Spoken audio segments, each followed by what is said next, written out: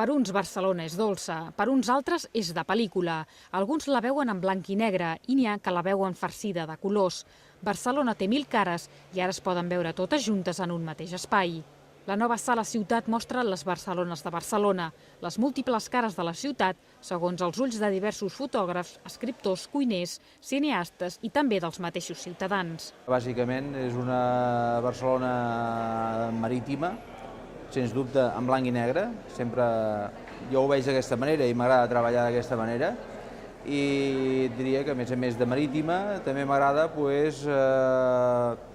que quedi manifesta el que és l'arqueologia industrial que hi ha al voltant de la ciutat. A través de plafons mòbils amb fotos i textos, projeccions i altres objectes, les Barcelones de Barcelona ofereix tantes Barcelones com barcelonins hi ha. La idea és que amb aquest espai els ciutadans coneguin de primera mà què fa l'Ajuntament per la ciutat. Aquest espai, li diem Sala Ciutat, la porta oberta al teu Ajuntament, perquè es pretén una mica ser que aquest espai sigui un espai molt proper al ciutadà i sobretot perquè explicarem moltes coses de Barcelona. Bàsicament, la idea, el tema central serà la nostra ciutat. Aquest nou espai polivalent, dividit en 8 àrees, també té una sala amb una mostra permanent de 30 gravats que expliquen la història urbanística de la ciutat des del segle XVI.